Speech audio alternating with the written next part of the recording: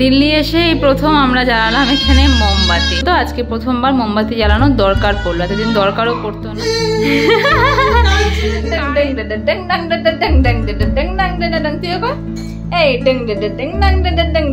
Good morning everyone, welcome back to channel to a new blog. আজ সকাল 5টা নাগাদ প্রীতম বেরিয়ে গেছে অফিসে, আর আমরা এখন উঠলাম, মানে উঠেছি অনেক আগেই, বাট ব্রেকফাস্ট করবো। প্রিয়ান জাস্ট ঘুম থেকে উঠলো। আমার এনার্জি ড্রিঙ্ক প্রায় শেষের পথে। প্রিয়ানের জন্য বানিয়েছি এখানে সেরেল্যাক, আর আমার জন্য বানিয়েছি একটু সুজি। প্রিয়ানকে তো মাঝে মধ্যে সুজি খাওয়ানো হয়, বাট আমাদের খুব একটা খাওয়া হয় না। তো আজকে অনেক দিন বাদে এখানে বানালাম একটু সুজি, আমি খাবো, আর এখানে প্রীতমের জন্য রেখে দেবো।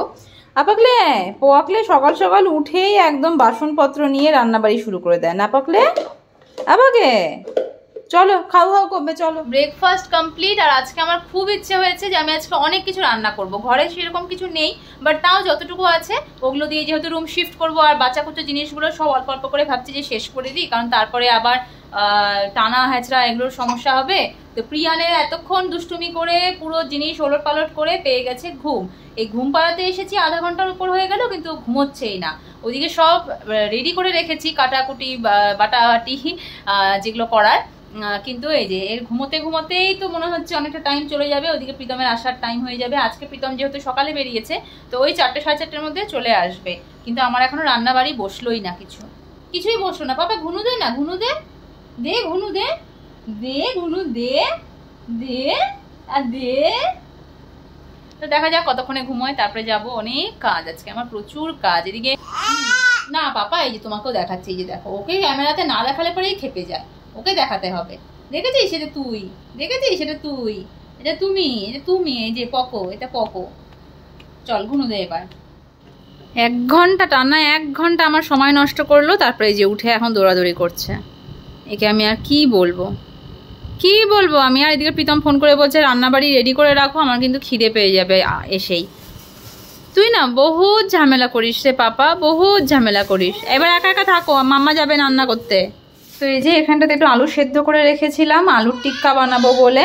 এখানে পকোড় সবজি আর এই যে শশা কেটে রেখেছি স্যালাডের জন্য।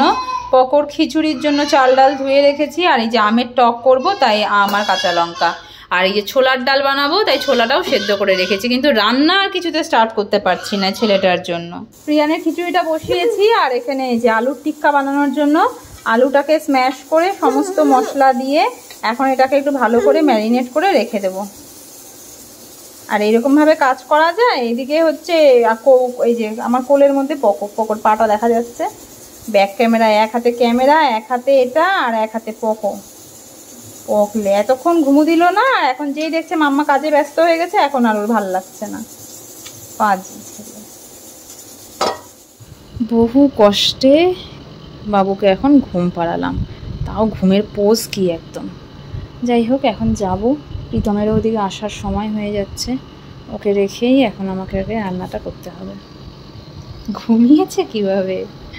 এখন যতটুকু টাইম ঘুমোয় তার মধ্যে আমাকে সমস্ত রান্নাবাড়ি করতে হবে। এটার মধ্যে ছোলার ডাল নামিয়ে দিয়েছি, এখানটাতে ভাত নামিয়ে দিয়েছি, এই যে এখানটাতে হয়ে গেছে মাছ, এখন হচ্ছে আমের টক। প্রিয়ানের খিচুড়িটাও তো নেমেই গেছে।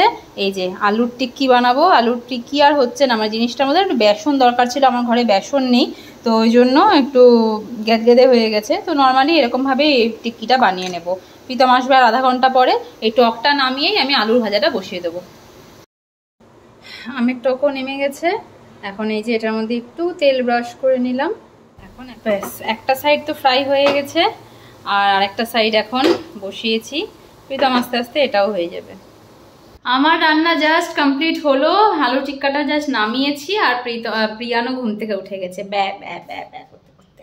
ওর সবাই ব্যা, সবাই পা, সবাই বা, তাই না পাপা? আমার পাপার কিচ্ছু বলতে পারে না, এ পা বলতে পারে আর বা বলতে পারে। সেটা মা হোক, দিদিয়া হোক, যেই হোক, সবাই বা, সবাই পা, তাই না? এখনো মেল ফিমেল ব্যাপারটা ওর কাছে ক্লিয়ার না। আলু টিক্কাটা এখানটাতে এখন বের করে রেখেছি তাওয়ার থেকে। প্রীতম আসবে করেও আসছেই না, এখন দেরি যে হচ্ছে। এই ছেলের খাওয়ানো কমপ্লিট হলো, পাপাও আসলো, পাপাকে এখন খেতে দিয়েছি। পাপা কেমন খাচ্ছে আলু টিক্কা? জিনিস যেটা ভাতের সাথে যেমন লাগছে, আমার মনে হয় চার সাথে আরো বেশি ভালো। আর ছোলার ডাল? ছোলার ডাল তো লুচির সাথে খাওয়া আজকে রাতে রুটি করবো। হ্যাঁ হ্যাঁ হ্যাঁ, ওরও লাগবে, ওকে আলু টিক্কাও খাইয়েছি।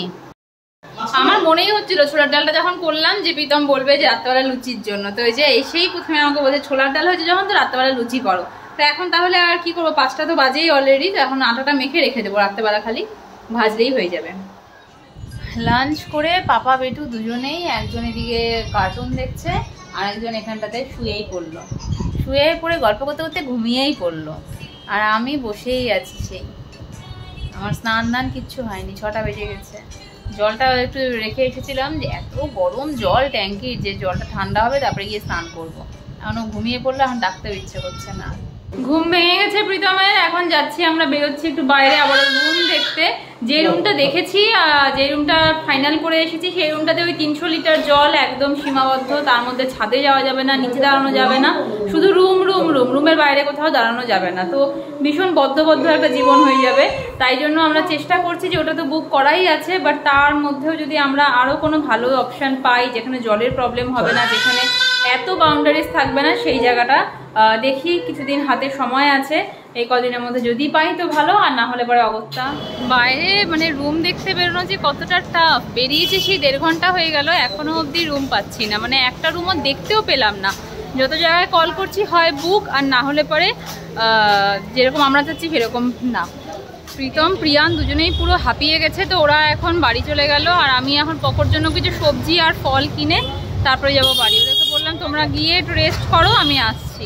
হ্যাঁ, এই যে সবজি ফল তো হয়ে গেছে, এখন যাব গ্রসারিতে। পুরো 2 হাত ভর্তি বাজার নিয়ে, এই যে রাবড়ি নিয়ে এসেছি। পকড়ি খাচ্ছে, পকলে এখন আইসক্রিম চকলেট এগুলো খাবার পোকা, ওর পাপা বানিয়েছে ওকে। ভুল করে মোবাইলটা ফেলে চলে এসেছিলাম, বাড়িতে এসে আমি বলছি মোবাইলটা বের করো তো, দেখছে পকেটে নেই, আবার দৌড়ে গেছি, গিয়ে আরো গরম লেগে গেছে, এখন আইসক্রিম নিয়ে এসেছি।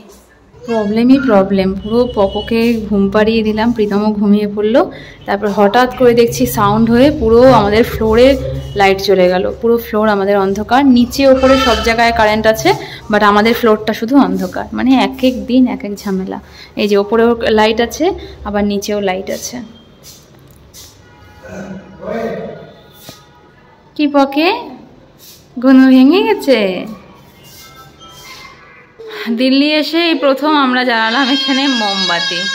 আমার ভোলে বাবার মূর্তির পাশে এতদিন ধূপকাঠি জ্বলতো, আজকে প্রথমবার মোমবাতি জ্বালানোর দরকার পড়লো, এতদিন দরকারও পড়তো না। যাই হোক, আর প্রিয়ান এদিকে অস্থির হয়ে গেছে বাবা ছেলে দুজনেই। কারেন্ট এসেছে, সব থেকে বেশি খুশি যে এই ব্যক্তি, কারণ এখন 11টাও বাজেনি। আর প্রীতম এদিকে ভোরবেলা বেরিয়ে যাবে, ভোরবেলা না, ও বেরোবে 3টের সময়, মানে উঠতে হবে 2টোর সময়। তো সব থেকে বেশি মুড অফ ওরই ছিল। যাই হোক, এসিটা অন হয়েছে, এই অনেক। এই বাবা এই ডেঙ্গার প্রিয়ান পুরো ঘুমিয়ে পড়েছিল। আর প্রিয়ানও না আমার মতন, মানে লোডশেডিং হলো কি সঙ্গে সঙ্গে ওর চোখ খুলে গেল। আমারও ছোটবেলার থেকে এটা হতো, যখনই কারেন্ট যেত আমার অটোমেটিক ঘুম ভেঙে যেত, মানে একদম ফ্র্যাকশন অফ সেকেন্ডে আমার ঘুমটা ভাঙতো। আজকে ওকেও তাই দেখলাম, এসি বন্ধ হলো, ফ্যান অফ হলো, লাইট অফ হলো, আমরাও বুঝলাম। আমি তো জেগেই ছিলাম, প্রীতমও ঘুমিয়ে পড়েছিল। প্রীতমও উঠলো, একটা ঘর ঘর ঘর আওয়াজ হলো, ব্যাস ও উঠে গেল।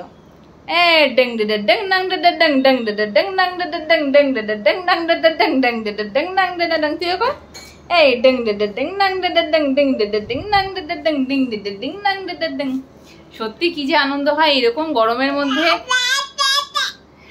মানে লোডশেডিং হওয়ার পর যে কারেন্ট আসার যে আনন্দটা, সেটার সাথে কোনো কিছুর তুলনা হবে না।